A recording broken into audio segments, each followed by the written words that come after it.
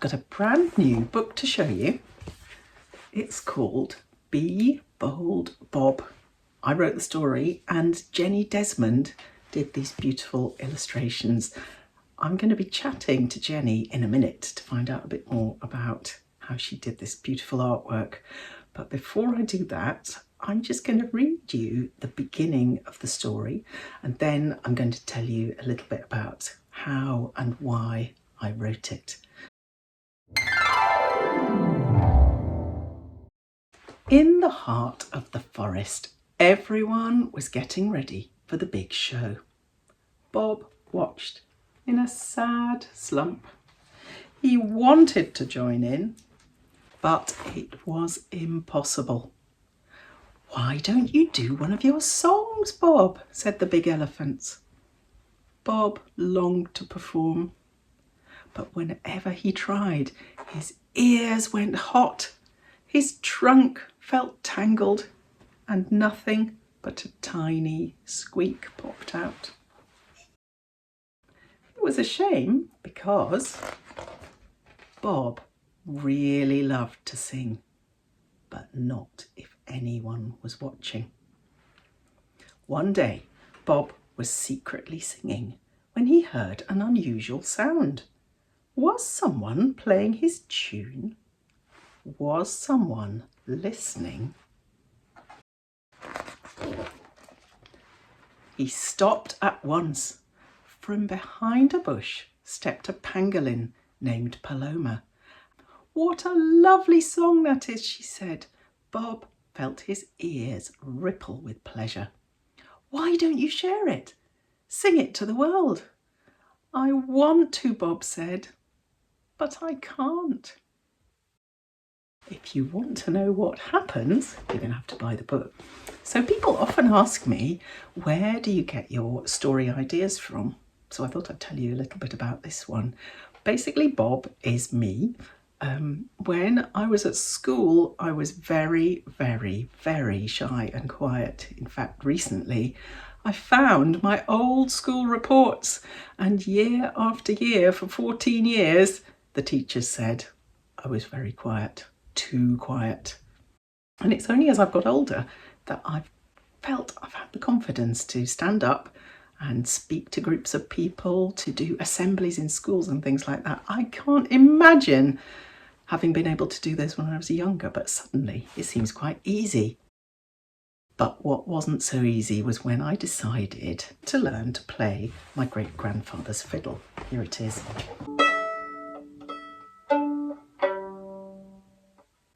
I love playing, but just like Bob, I get very nervous if I think anyone is listening.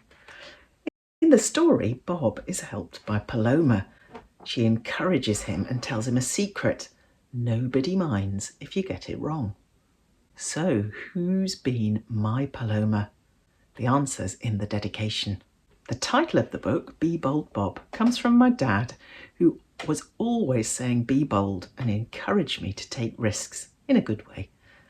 I've had a lot of kind people helping me get more confident on my fiddle, and after a few years of lessons, I went to a fiddle week in Scotland, and that's where I decided to be bold, just like Bob, and play my fiddle in front of an audience. I was so nervous, and the playing was really quite scratchy, but everyone cheered anyway, and it felt good.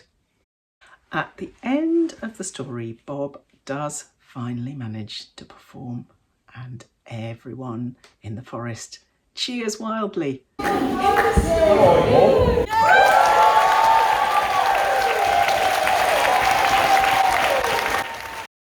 Whenever I make a new book, I always really like to make a toy of the main character. So here's Bob. I made him out of velvet needle cord, and I actually happen to have a t-shirt just like the one Jenni drew in the book. So I cut it up and made it into a mini one for Bob. Anyway, Bob has already been on a school visit with me. He was very shy. He wanted to hide behind his ears like this, but the children were so nice, and at the end of the story, the little girl said, "If I met Bob, I'd put my arms around him and tell him everything was going to be all right. And when she said that, I thought, the book is working. It's going to make shy children more confident, I hope, and confident children more sympathetic to those who aren't. So it's time to show Bob to Jenni. Oh, he's amazing, isn't he? This might be the first time I've ever had one of my characters made into a toy. Is it? I think so, yeah. It's so Oh, nice. well, it was an Hi, Bob. absolute treat to look at all the details of the little tuft on top of his head and the t-shirt and everything. I love Oh him. He no, looks really kind, doesn't just kind he? of copy them, yeah. And he's all nice and floppy, so he's quite nice to hug. Oh, you've been He cuddling needs a him. hug.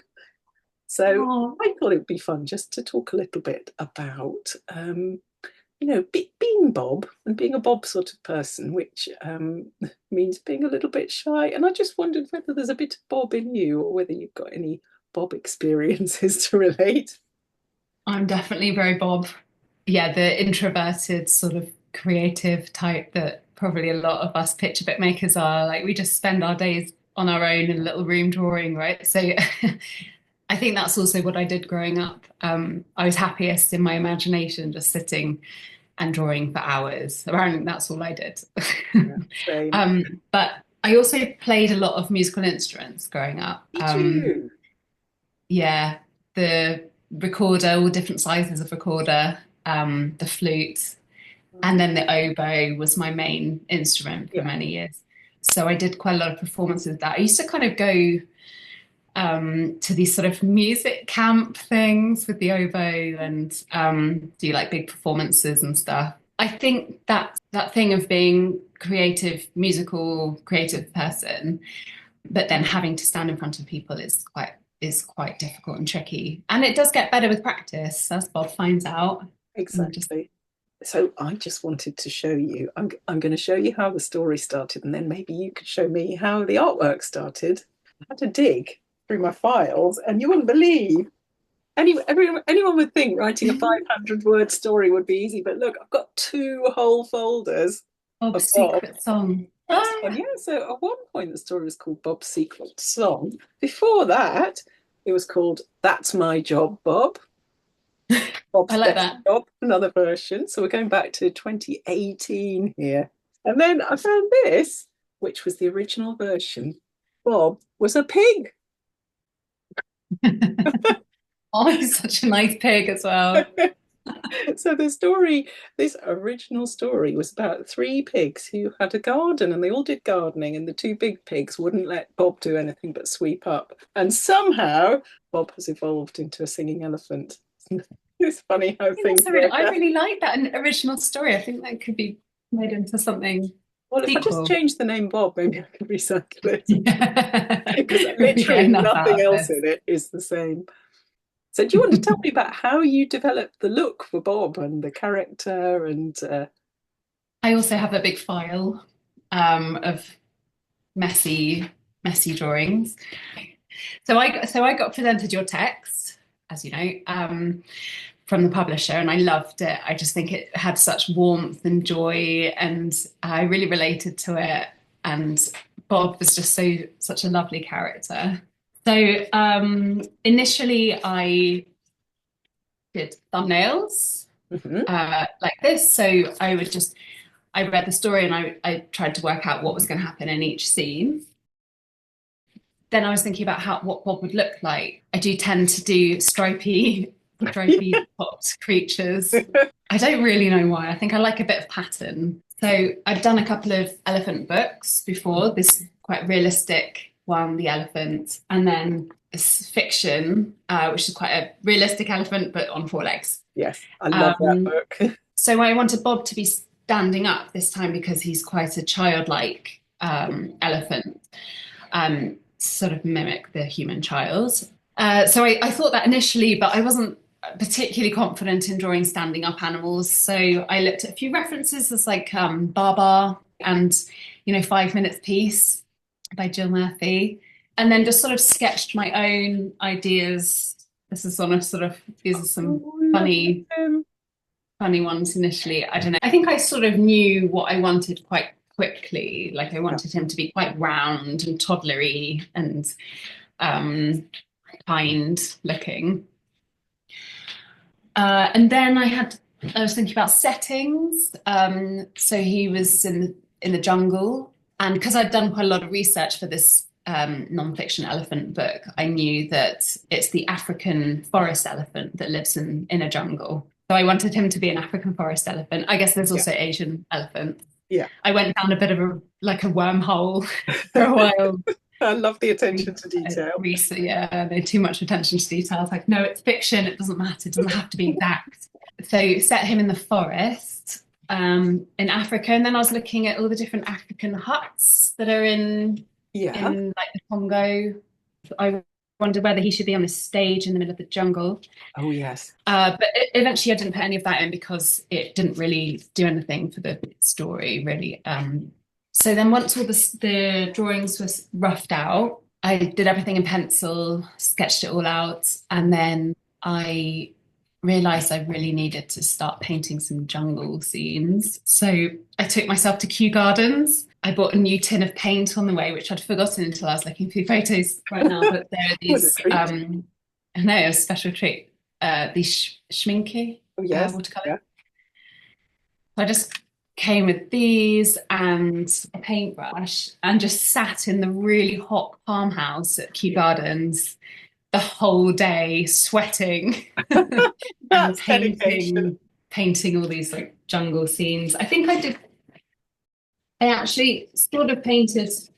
These are what I did in Kew Gardens with sort of tourists walking over me, and there was like huge plots of water that kept going all over it from the trees. It was like so wet and humid, and really got me into the sort of atmosphere of where Bob might be living. Yeah. I think I did that one there as well. Yeah, sort of I kind of worked out exactly how I wanted the jungle feel to be from spending the day there. Once I've roughed it out, I use a light box here, and then I trace the roughs and paint over the top. I've actually just had to clean my light box because there's so much paint on it I couldn't actually see through it anymore. And then I do about 6 different tries at exactly the same posture, and then choose the best one, and then put it in Photoshop and twiddle around on Photoshop. I think most people have no idea how much goes into producing a picture book, do they? I hope this will help people understand. Well, I think it's quite important as the maker, if you're writing as well, but to just really put yourself in how that place is feeling and what it's like to look around. And I mean, I live in London, so it's pretty urban here. It's the opposite to the jungle. I think we all try as hard as we can, don't we, to make it as good as you can. Yeah, because we've got the most important audience in the world, haven't we? But also it's more fun. If you get really engaged in it, then your artwork is better, and it's more fun to spend your days just feeling really immersed in something. Exactly. One thing I forgot to say also before I do the colour is that I'll plan how each page is going to look next to the next one, because you've got to think about the book as a whole rather than each being individual pictures. So I sort of did these like blobby, colourful spreads to sort of look at how the flow is going colour-wise, and in terms of sort of like vignettes, or whether it's going to be a full spread, and whether the colour is going to work the rest of the book. And then I normally put everything up on this wall behind me. I've just found a piece of paper here from the folder. Look, this little scrap of paper. It says, "My turn to water the plants. Tidy up time. Trunk tangle." Writer's notes. I would have quite liked to illustrate that one, pigs gardening. Well, one day. Should we do another one? Let's do another one. I'd love that. I've put quite a lot of characters in at the background as well, because there were lots of performing creatures. So the little frog actually has a cast on its leg, and I did that for my friend Emily because her son's got spina bifida, and he wears one, and he said that there isn't any picture books that have creatures with one of those on their legs. Ooh. So I did that for her. Oh, nice. And then also another friend's kid is deaf. And so if you might be able to see one of the monkeys has got a hearing aid on. So then I've dedicated it to those two children. Well, thank you so much, Jenny. It's been an absolute joy to work with you on this book and to have a chat about it. It's been so nice. Such a pleasure to illustrate your gorgeous Bob story and to see Bob in real life as well. Well, Bob's going to say bye now. Bye. Bye, Bob. I hope you enjoyed hearing all about Bob. I feel as if I've moved from being Bob to being Paloma. All I need to do now is learn how to play this. I'd just like to say before I go, thank you to Jenny, especially for doing the beautiful artwork, and to everyone at Walker Books for believing in this book. It's out with Walker Books in January 2025, with Candlewick Press in the United States in June 2025, and there's a Dutch edition. Here's Bob in Dutch. I hope you enjoy it.